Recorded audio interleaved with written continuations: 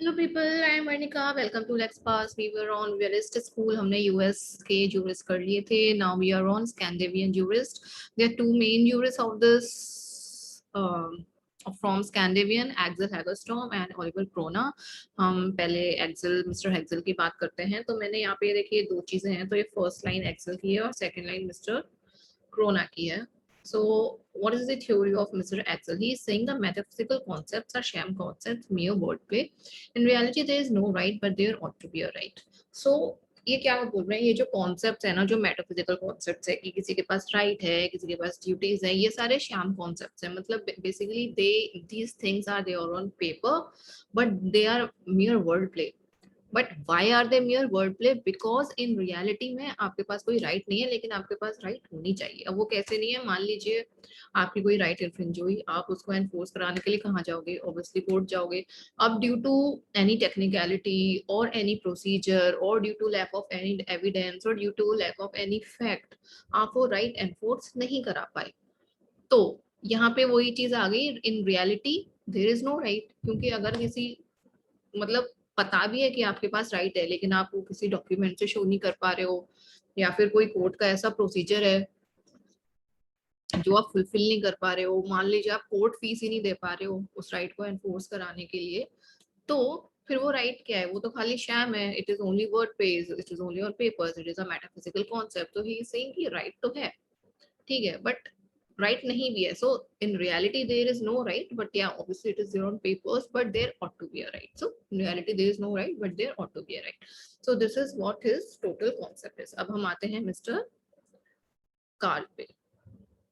तो हाँ, और सॉरी, मैं आपको एंड में बताना भूल गई. तो बेसिकली जो decision in the and court ने दिया है, मान लीजिए कोर्ट में पहुंच भी गया, एनफोर्स करा भी लिया, बट ड्यू टू किसी चीज के कारण, चलिए मान लीजिए उसको राइट मिल भी गई, then it is okay. But किसी चीज की वजह से उसको राइट नहीं मिल पाई, किसी टेक्निकलिटी की वजह से, किसी कोर्ट के प्रोसीजर की वजह से, किसी लैक ऑफ एविडेंस की वजह से डिसीजन यह है कि आपकी राइट नहीं है.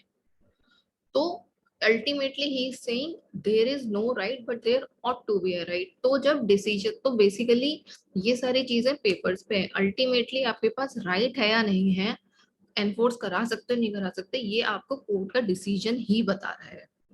तो वही हमारी यहाँ पे बात आ गई. इन द एंड जज made law. So this is what is the funda of his theory is. Karl Olivecrona क्या बोलते हैं? इन्होंने बोला that content of a rule of law is an idea of an imaginary action by a जज in an imaginary situation and psychological effect. तो he is saying कि एक जो लॉ बना, जो लॉ है ना, जो रूल ऑफ लॉ है, जो स्टैट्यूट है, तो वो एक एक ये मैं आपको दोनों साथ में बता रही हूँ, वो एक साइकोलॉजिकल इफेक्ट बनाती है. जैसे कि मान लीजिए लेजिस्लेचर में कोई रूल पास हुआ, कोई लॉ पास हुआ ऑन करप्शन. तो ठीक है, तो वो ना सोसाइटी में पहले ये प्रेशर बन जाएगा कि ओके वाओ ग्रेट, की करप्शन का लॉ आ गया है, अब तो सारे करप्ट पकड़े ही जाएंगे. और उसके लिए बहुत सारी पेनल्टीज लगाई जा देती हैं, पुलिस फोर्स लगा दी जाती है, कि सबकी ड्यूटी बता दी जाती है. तो ऑब्वियसली एक साइकोलॉजिकल इफेक्ट हो जाता है सोसाइटी पे कि या there is a law against it and we can take action on such situations.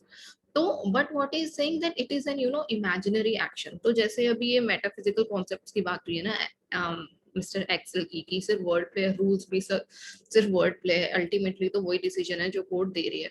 तो उसी तरीके से यहाँ इन्होंने भी ये किया है, idea of an imaginary action. तो लोग ये सोचते हैं, साइकोलॉजिकल इफेक्ट का रिएक्शन ये होता है कि अब तो करप्शन की लॉ आ गई, अब सबको ये लगता है कि अब तो जज के पास जब केस जाएगा तो वो पता नहीं क्या ही हो जाएगा, सबको सजा मिल जाएगी. कोई एक वो ऐसा इमेजिन करने लग जाते हैं, इमेजिन एक्शन और in imaginary situation. So this is what he is trying to say. But actually होता क्या है, आपने भी देखा है, 10 साल तक केसेस चलते हैं, और जरूरी नहीं है कि जो सबको लगता है कि इसने तो करप्शन किया, ये उसको सजा मिले, कई बार छूट भी जाता है. तो ये एक ऐसा इमेजिनरी वर्ल्ड क्रिएट हो जाता है इन रूल्स से. तो बट अल्टीमेटली वो जब एंड डिसीजन आता है वो क्लियर उसी से ही होता है. तो ये इनकी थ्योरी है. और यहाँ पे नेचर ऑफ लॉ है यूनिवर्सल वैलिडिटी. तो ये हमारा हो गया रियलिस्ट स्कूल पूरा. और ये प्लीज इससे आप कंफ्यूज मत होना, ये गलती से यहाँ पे डल गया है, ये मैं इसको यहाँ से हटा देती हूँ. तो रियलिस्ट स्कूल इज कंप्लीट. अब हमारा एक ही स्कूल रह गया है, तो वो मैं नेक्स्ट वीडियो में कवर करूंगी. और हमारे sources, nature, concept and schools of jurisprudence complete हो जाएंगे। एंड स्कूल्स के बाद हम थ्योरीज ऑफ जूरिस्प्रूडेंस पे आएंगे, बट अभी हमारा एक स्कूल बचा है तो आई थिंक उसकी 2 या 3 और होंगी, क्योंकि नेचुरल स्कूल काफी बड़ा स्कूल है और वो पूरा पास्ट से लेके स्टार्ट कैसे हुआ था ग्रीस में, रोमन में, और फिर वो इवॉल्व कैसे हुआ इन दी 19th एंड 20th सेंचुरी, तो वो थोड़ा बड़ा है। तो okay, then we will meet in the lecture of natural school. Till then, enjoy, and if there is any doubt, please do ask. और आप ये सारे याद कर लेना, क्योंकि ऑब्जेक्टिव टाइप के क्वेश्चंस इनमें आ जाते हैं, किस जूरिस्ट ने क्या कहा था एग्जाम में। Okay, see you then, bye.